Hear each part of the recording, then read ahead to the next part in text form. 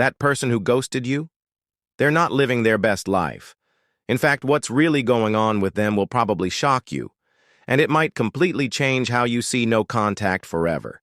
If you're here, chances are someone you cared about just vanished. Maybe they seem fine on social media. Maybe they're already talking to someone new. Or maybe they disappeared without a trace. But here's the truth. What you see isn't even close to what's actually happening inside their head. Today, we're pulling back the curtain on what really happens to someone with an avoidant attachment style during no contact. It's not what most people think. What they secretly want. Avoidantly attached people dream of being with someone who is emotionally self-reliant, a partner who doesn't need them to feel whole, happy, or secure. They want someone who's already fulfilled on their own and doesn't seek constant emotional reassurance or caretaking. They aren't drawn to neediness. Instead, they're quietly longing for a connection that feels light, safe, and free, one that enhances life, not one that becomes a burden. Why this attracts them. At their core, avoidants fear being responsible for someone else's emotional well-being. They've likely been in situations, often since childhood, where love felt like pressure. As a result, they associate closeness with losing their sense of freedom. So when they meet someone who genuinely doesn't need them for happiness or security, it breaks through their defenses. It tells them, you're free. You can connect without being trapped.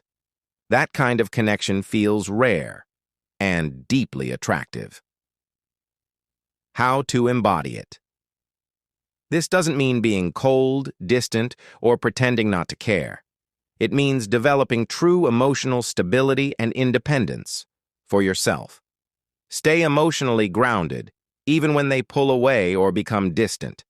Don't let their behavior decide your mood, energy, or sense of self-worth. Avoid the trap of chasing them or seeking validation when they withdraw. Keep living your life fully, socially, emotionally, and mentally, with or without them. The avoidant will notice this. They may not say anything, but your emotional steadiness will make you stand out. You become someone who's safe to get close to, because you won't demand too much from them emotionally. But this can't be an act.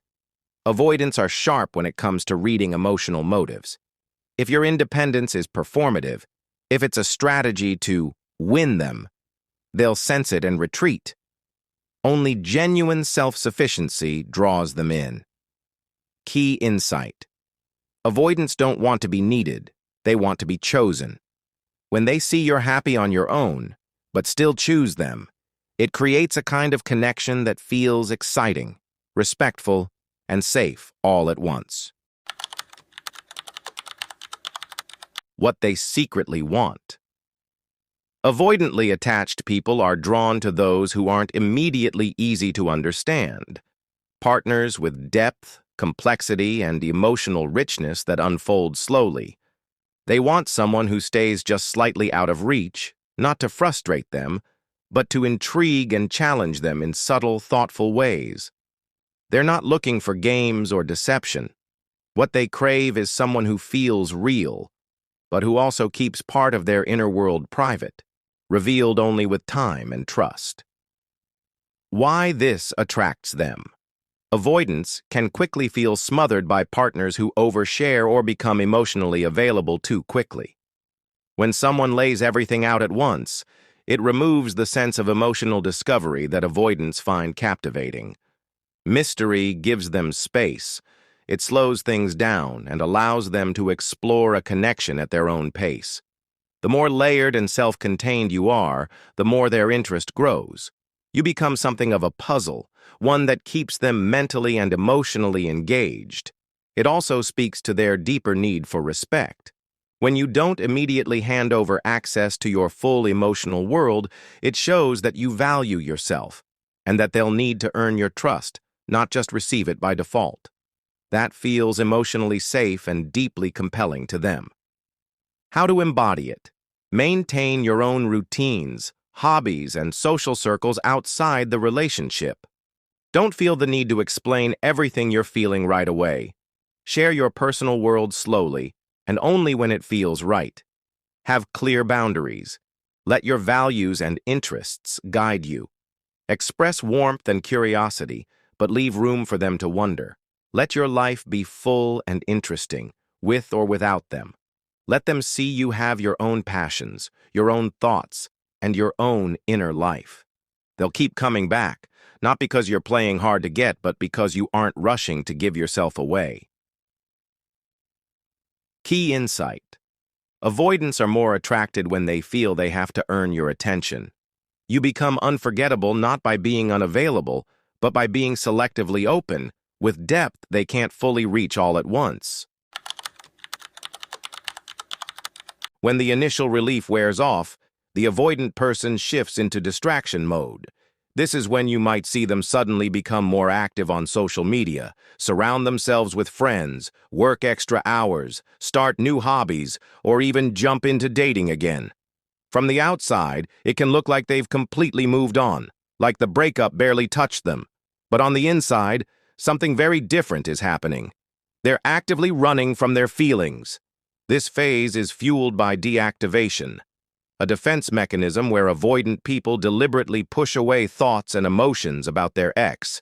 It's their way of protecting themselves from vulnerability and emotional discomfort.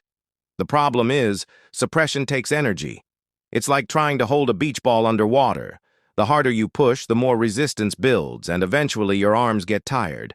At some point, the feelings they're avoiding will start to resurface, no matter how many distractions they pile on top. From the moment an avoidant person pulls away, an exhausting inner war begins. On one side is their attachment system, the part of them that craves closeness and connection. This voice whispers, "You miss them. You were happier with them. Just reach out." On the other side is their protective system, built from years of fear and self-preservation. This voice warns, "Don't do it. Remember how trapped you felt. Remember the pressure. Remember why you left." These two forces clash constantly, creating emotional whiplash. One day they might feel on the verge of contacting you, only to slam the brakes the next. It's why they sometimes type out a message but delete it before sending. It's why they may ask mutual friends how you're doing, then pretend they're only making casual conversation. To the outside world, it looks like indifference. But inside, it's an exhausting push and pull between longing for connection and fearing the loss of independence. This battle can last weeks, months, or even years, keeping them stuck between wanting you and running from you. They're not afraid of love itself. They're afraid of losing themselves inside it.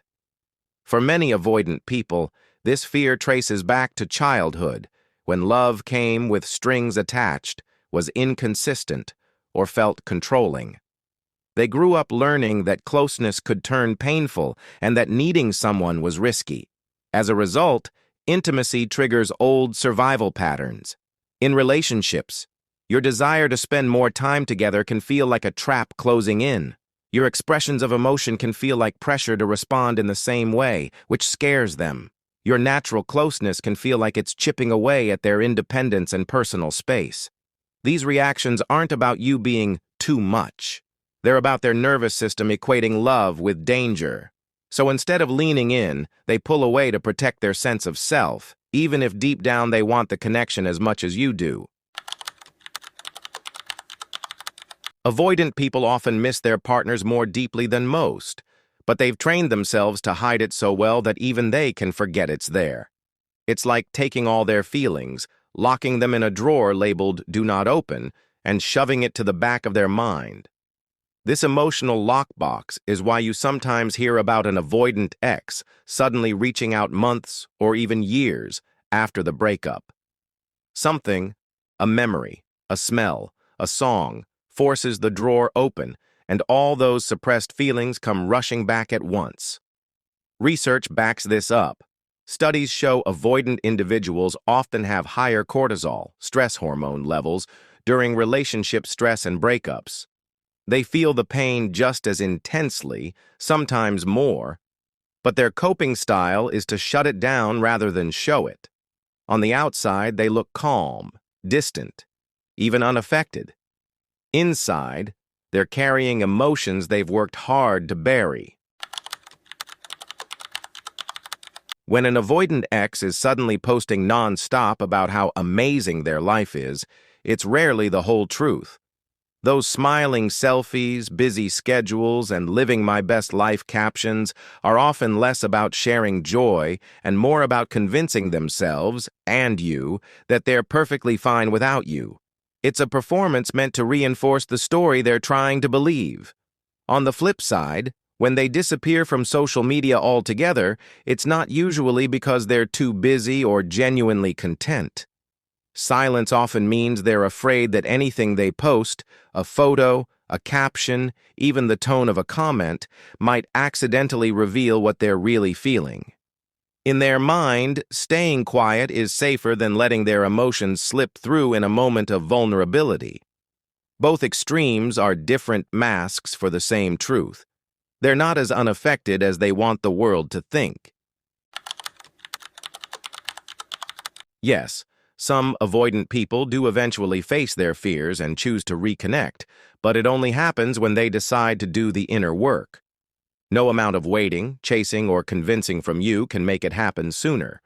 For many, it takes a deep personal realization, often triggered by losing someone they truly value, to see how their avoidance has cost them meaningful relationships. Only when they connect the pain of loss to their own patterns do they become willing to change, and even then, it's a slow, self-driven process. This isn't about waiting for them to change. It's about realizing their behavior reflects their fears, not your value. Their pulling away isn't proof you're unworthy. It's a sign they're battling their own intimacy triggers. You can't love someone into feeling safe if they haven't learned to feel safe within themselves, and you can't rescue them from patterns they're not ready to face. The most loving thing you can do is turn that energy inward. Focus on your healing. Understand your own attachment patterns, and create a life that feels complete without them. That's where your real power is. Your avoidant ex isn't out there effortlessly living their best life. Behind the scenes, they're caught in a constant draining battle, torn between the part of them that longs for connection and the part that's terrified of it. They miss you far more than they'll ever admit, even to themselves, but their fear of vulnerability keeps them from showing it. Whether they eventually face those fears or not, one truth remains. You deserve a love that is consistent, present, and freely given. A love without disappearing acts, without emotional games, and without the constant fear that it could vanish. Real love shows up every single day, and that's the kind you're worthy of.